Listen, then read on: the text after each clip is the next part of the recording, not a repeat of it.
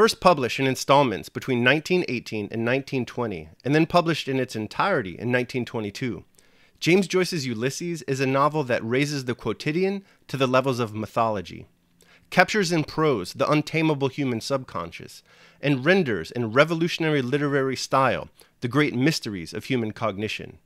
It is indeed a book you should read.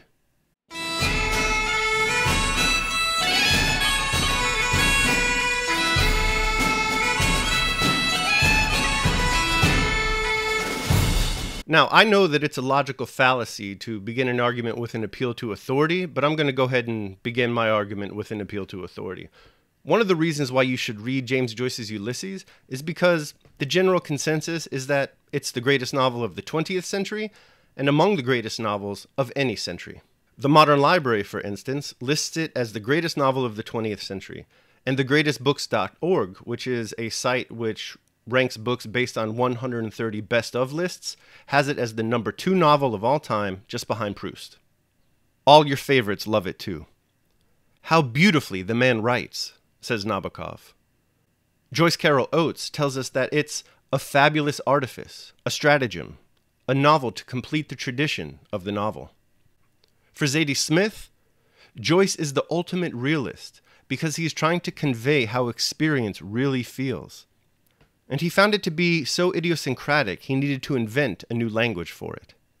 And finally, your boy T.S. Eliot says, I hold Ulysses to be the most important expression which the present age has found. It is a book to which we are all indebted, and from which none of us can escape. Of course, with a book this odd, difficult, and experimental, there are plenty who have wanted to escape it. H.G. Wells, for instance, says that it's a dead end. Virginia Woolf dubbed it an illiterate, underbred book. The book of a self-taught working man.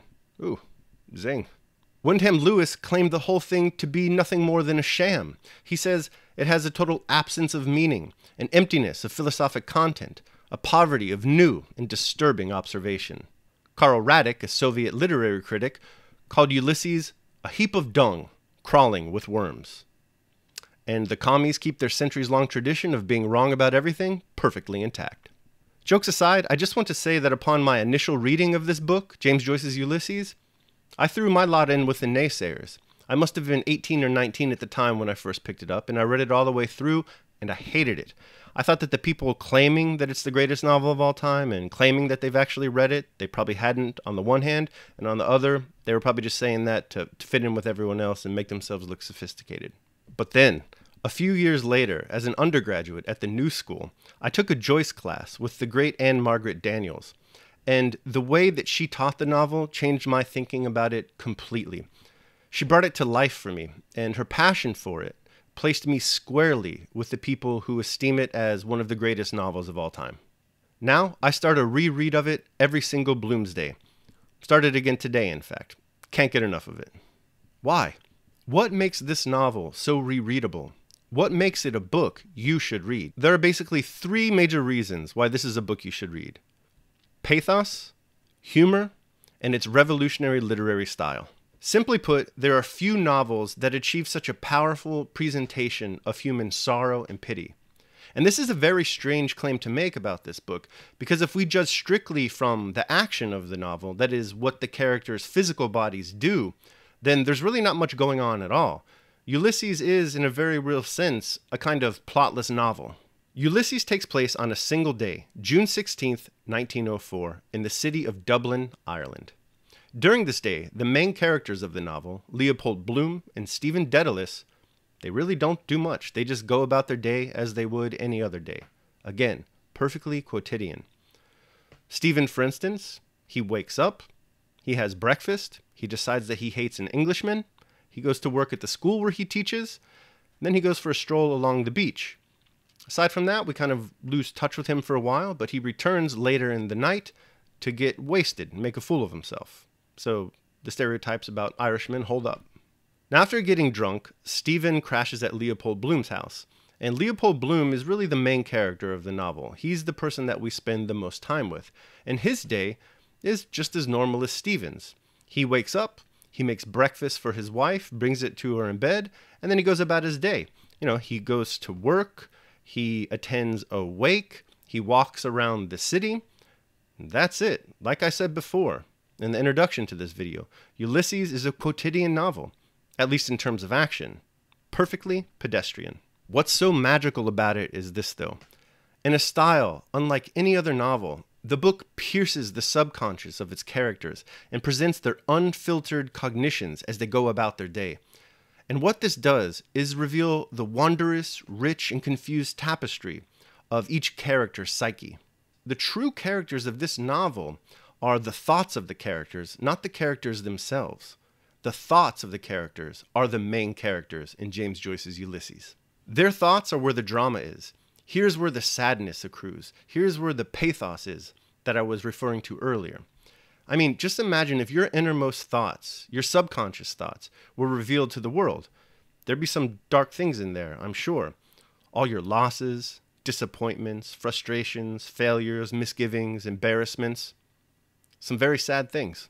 But there'd also be some pretty funny thoughts in your head during the day, and the same holds true for the characters of Ulysses.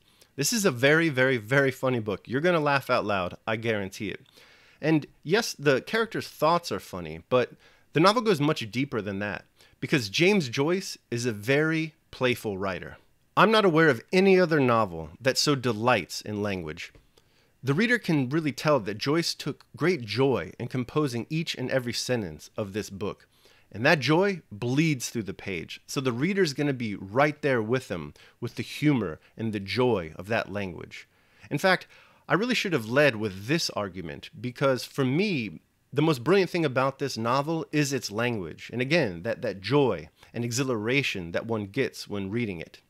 Another reason why Ulysses is a book you should read is because it is a truly revolutionary literary document. I mean, for real. Joyce here is Bob Gibson. He's just thrown that high modernism heat. He's tossing 9 frames with just 81 pitches. Truly impressive. To understand what I mean by all this, one must keep in mind Joyce's literary inheritance. For many generations previous to James Joyce, the standard method of the novel was realism. And this realism was achieved through objective prose. That is, we the reader are presented with the world as the character being written about experiences it. And the description is written in objective language. There's very little subjectivity. The narrator is detached from the story and the character. Joyce changed all that. We see his introduction of subjectivity even in his early work, Dubliners. Hugh Kenner, in his book Joyce's Voices, calls this the Uncle Charles principle. Uncle Charles is a character from James Joyce's novel A Portrait of the Artist as a Young Man, also a book you should read. And we see in Joyce's writing about Uncle Charles that there's a more subjective prose involved in the description of Uncle Charles. The narrator employs words and idioms that Uncle Charles himself would use to describe the situations that he finds himself in. So in short, the Uncle Charles principle stands for the proposition that objectivity and realism should be abandoned and replaced with a style wherein the author writes about characters much as the characters themselves would write about what they're experiencing. Practitioners of the Uncle Charles principle, like Joyce, feel that this more subjective approach to prose writing more richly captures the personal experiences of the characters. In Ulysses, the Uncle Charles principle is not only employed throughout the novel, it's exploded, radically exploded. We actually enter the minds, not only of the main characters, but of almost every character in the novel. In fact, there's a chapter later in the book where we jump around from mind to mind to mind to mind to mind of all the characters that are gathered together in this bar. It's wild. It's an absolute tour de force. It's something that you absolutely must read. The style of Ulysses, however beautiful and insightful and psychologically sophisticated, can be disorienting for the reader. Which brings me to my next point. I've argued that you should read James Joyce's Ulysses. The next question then is, how should you read James Joyce's Ulysses? And on first glance, this might sound like an absolutely absurd question. You just open up the book and you start reading. And indeed, this is a reasonable way to go about reading the book. And if you're a casual reader and want to go about reading it this way, then I suggest that you read the Vintage Classics edition. Here you have the complete and unabridged text, plus a short foreword, an excerpt from Judge Woolsey's obscenity case, and a letter from James Joyce to his North American publisher. And then, of course, you have the novel. Now, my suggestion for you, if you want to read it casually like this, that is, without the help of any secondary literature, then you should really read the novel slowly. Don't think about it too much either, and don't go too slow, just don't rush it. Let Joyce's lush prose wash over you at a regular, deliberate pace. I think you'll enjoy yourself. Now, the fact of the matter is that Ulysses is a notoriously difficult book to understand, and it helps to have a guide. And don't take my word for it. Here's Judge Woolsey in his opinion lifting its ban for obscenity in the United States. Ulysses is not an easy book to read or to understand, but there has been much written about it, and in order properly to approach the consideration of it, it is advisable to read a number of books which have now become its satellites. The study of Ulysses is therefore a heavy task. For those of you who want to go deeper than just a casual reading of Ulysses, I would suggest getting the Gabler edition. Now, this edition is considered the gold standard of Ulysses. It has a preface by Joyce scholar Richard Ellman. It has a foreword by Hans Walter Gabler and also a note on the text by the same. It also concludes with an afterwords by Michael Grodin. All these supplementary materials in this edition go much deeper and more thorough into the novel than those supplementary materials which are found in the Vintage Classic edition, which I shared with you earlier. Now, in addition to the Gabler, you're also going to want some of Woolsey's satellite books, and I got a few suggestions for you there as well. I would suggest Stuart Gilbert's James Joyce's Ulysses and the new Bloomsday book by Harold Blommaris. I don't know how to pronounce his last name. Sorry, Harold. Harry. Now, both of these books, what they do is they go through Ulysses on a chapter-by-chapter basis. So what I would do, if I were you, and I wanted to do a deeper reading, is I would read all three of these books at the same time. The Gilbert, Joyce's Ulysses itself, and the Blommaris book. And what I would do is I would go through the novel in that order. I would start out with the Gilbert, and I would read the corresponding chapter to the first chapter in Ulysses. And what this does is it essentially lays out the land for you. It's like looking at a map before you visit a new city. It's going to prepare you for what you're about to encounter. So then I'd read the Gilbert, and then after that I'd read the actual chapter from James Joyce, and then I'd conclude with the chapter about the same chapter from the new Bloomsday book. And I do this throughout the entire novel. If you're to do this, you'll have a very, very thorough understanding and appreciation for James Joyce's masterpiece. Now, if you're really dedicated, you can add Gifford's Ulysses annotated to your reading. And what this is going to do, it's going to explain all or at least most of Joyce's allusions and references. Know right now that Ulysses is a deeply elusive novel. You're going to get references to Homer, to Ovid, to Shakespeare, to 20th century advertising materials. Really the whole gamut of printed text. So Ulysses Annotated is going to help you understand a lot of what Joyce is talking about, which might otherwise just appear to be random words on the page. This book is a really deep cut, though. It's going to be for the most hardcore among us. So if you really liked your initial reading of Joyce's Ulysses and you want to expand your appreciation of it, then go ahead and pick this one up for your next reading. All right, so that's my argument for why you should read James Joyce's Ulysses and how you should read James Joyce's Ulysses. Now I'm interested in hearing what you have to say. So go ahead and leave a comment below on what you think of this novel if you've already read it.